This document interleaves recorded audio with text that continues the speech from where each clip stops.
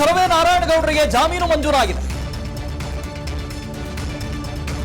ಕರವೇ ನಾರಾಯಣಗೌಡರಿಗೆ ಜಾಮೀನು ಮಂಜೂರಾಗಿದೆ. ನಿನ್ನೆಷ್ಟೇ ಹೇಳ್ತಾ ಇದ್ವಿ, ಇವತ್ತು ಅವರಿಗೆ ಜಾಮೀನು ಸಿಗುವಂತ ಸಾಧ್ಯತೆ ಇದೆ ಅಂತ ಹೇಳ್ತಾ ಇದ್ವಿ.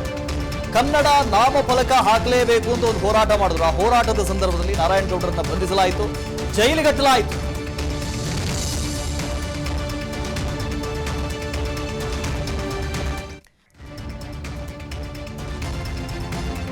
ಕರವೇ ನಾರಾಯಣಗೌಡರಿಗೆ ಜಾಮೀನು ಮಂಜೂರಾಗಿದೆ.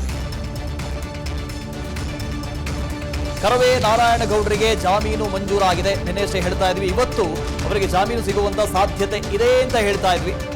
ಕನ್ನಡ ನಾಮಫಲಕ ಹಾಕಲೇಬೇಕು ಅಂತ ಒಂದು ಹೋರಾಟ ಮಾಡಿದ್ರು. ಆ ಹೋರಾಟದ ಸಂದರ್ಭದಲ್ಲಿ ನಾರಾಯಣಗೌಡರನ್ನ ಬಂಧಿಸಲಾಯಿತು, ಜೈಲಿಗಟ್ಟಲಾಯಿತು.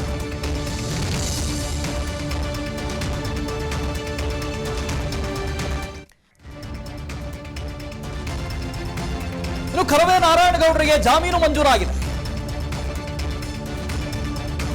ಕರವೇ ನಾರಾಯಣಗೌಡರಿಗೆ ಜಾಮೀನು ಮಂಜೂರಾಗಿದೆ. ನಿನ್ನೆಷ್ಟೇ ಹೇಳ್ತಾ ಇದ್ವಿ, ಇವತ್ತು ಅವರಿಗೆ ಜಾಮೀನು ಸಿಗುವಂತ ಸಾಧ್ಯತೆ ಇದೆ ಅಂತ ಹೇಳ್ತಾ ಇದ್ವಿ.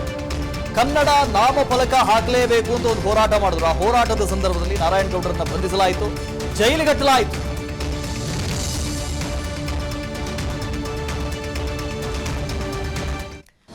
ಅನುಕ್ಷಣದ ಸುದ್ದಿಗಳಿಗಾಗಿ ವಿಸ್ತಾರ ನ್ಯೂಸ್ ಯೂಟ್ಯೂಬ್ ಚಾನೆಲ್ ಸಬ್ಸ್ಕ್ರೈಬ್ ಮಾಡಿ.